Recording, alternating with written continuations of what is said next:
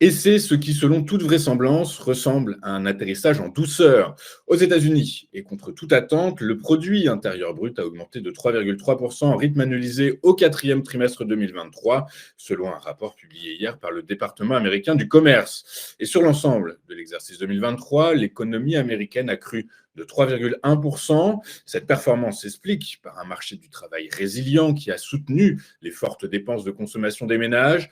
Inutile de rappeler que cette donnée a pris de court plus d'un économiste, car le consensus tablait, lui, sur une croissance, tenez-vous bien, de 0,2% sur l'année. Pour 2024, la croissance devrait être toujours au rendez-vous, mais à un rythme moins soutenu. En effet, le marché du travail devrait se tendre et l'épargne des Américains se réduire tel peau de chagrin. Sans surprise, la Banque centrale européenne a maintenu hier ses taux d'intérêt stables et a réitéré qu'elle les maintiendrait à un niveau élevé pendant une durée suffisamment longue pour ramener l'inflation à son objectif. La BCE maintient donc ses taux, et ce pour la troisième réunion consécutive, à 4% pour la facilité de dépôt, 4,5% pour la facilité de refinancement et à 4,75% pour celle de prêt marginal. Pour autant, la décrue de l'inflation semble bien amorcée. En décembre, la croissance des prix n'était que de 2,9% en glissement annuel, bien loin du sommet de 10,6% d'octobre 2022, mais pas encore à l'objectif de 2% poursuivi par la BCE, objectif qui se rapproche puisque selon les projections de l'institution, en zone euro, la hausse des prix devrait être de 2,7% en 2024, 2,1% en 2025, puis 1,9% en 2026. Par ailleurs, vous connaissez la data dépendance de la BCE, et c'est pourquoi, parmi une salve d'indicateurs macroéconomiques, un sera particulièrement analysé, et c'est la croissance des salaires, risque inflationniste principal. Or, les données les plus complètes sur ce sujet sont attendues fin avril. Le mois de juin semble donc une échéance possible pour une première baisse de taux.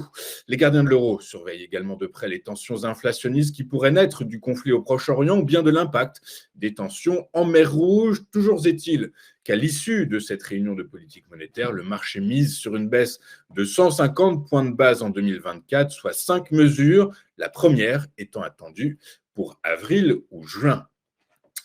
Hier soir, en France, près de la moitié du très controversé projet de loi sur l'immigration a été censuré par le Conseil constitutionnel. Les sages, après avoir examiné les 86 articles du projet de loi, ont largement censuré le texte. Au total, 32 articles ont été partiellement ou totalement retoqués. Parmi les mesures censurées figurent le durcissement de l'accès aux prestations sociales, au regroupement familial ou bien encore l'instauration d'une caution retour pour les étudiants étrangers. En revanche, 3 autres articles sont censurés sur le fond et sont donc jugés inconstitutionnels. Il s'agit de l'instauration de quotas migratoires par le Parlement au titre de la séparation des pouvoirs. De même, les sages opposent leur refus de la prise de photos et d'empreintes digitales d'un étranger sans son consentement, faute de garantie légale comme l'autorisation d'un juge ou la présence d'un avocat. Enfin, du côté microéconomique, hier, les actions de Tesla ont chuté après que le constructeur de véhicules électriques a mis en garde contre une croissance nettement plus lente en 2024 et a déclaré que sa marge bénéficiaire avait été affectée au dernier trimestre. Dans le détail, les revenus d'exploitation ont chuté de 47% par rapport à l'année précédente, loupant le consensus. Quant aux bénéfices ajustés par action de 71 cents, il a également manqué les anticipations de Wall Street. Faisons maintenant le tour de ce qui s'est passé sur les principales places boursières de la planète. Et en Europe, les marchés actions ont clôturé dans le vert, plus que le statu quo de la BCE qui était largement anticipé par les marchés financiers. C'est la croissance économique des États-Unis qui fait basculer pour de bon les bourses en territoire positif hier. Je vous rappelle en effet que le PIB américain a accéléré en 2023 à 2,5% contre 1,9% l'année précédente, selon la première estimation du département du commerce hier.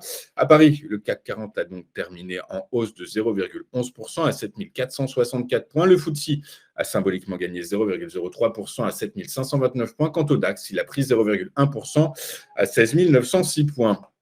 Aux États-Unis, les marchés actions ont clôturé en hausse, les investisseurs accueillant avec enthousiasme les données sur la croissance américaine au T4.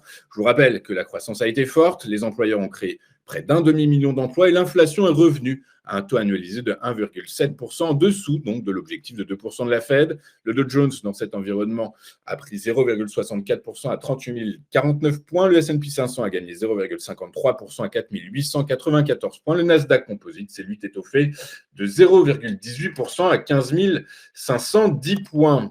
En Asie ce matin, mis sous pression par le secteur des semi-conducteurs, le Nikkei a reculé de 1,34% à 35 751 points.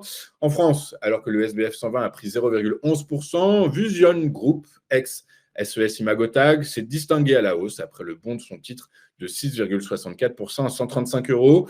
À l'inverse, Téléperformance a fini lanterne rouge de SBF 120 après que son titre a reculé de 6,17% à 143,75 euros. Sur le Forex, le statu quo de la BCE et la première estimation robuste du PIB américain pour l'exercice 2023 a joué en faveur du dollar. L'euro a ainsi reculé de 0,44% à 1,0835 $. Sur le marché des rendements obligataires, les rendements de la zone euro ont fléchi après les annonces de la BCE.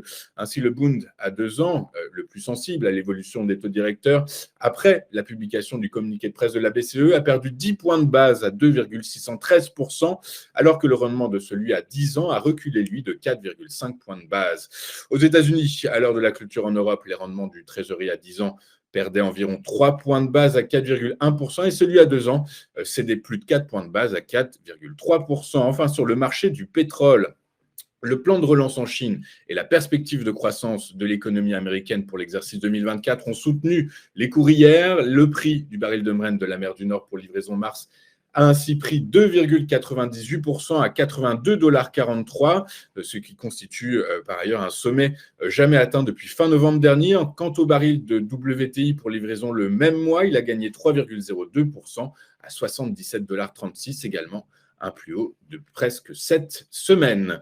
Nous allons marquer une toute première pause dans cette édition du 26 janvier 2024 et juste après, nous retrouverons comme premier et comme convenu Antoine Quesada tout de suite sur TV Finance.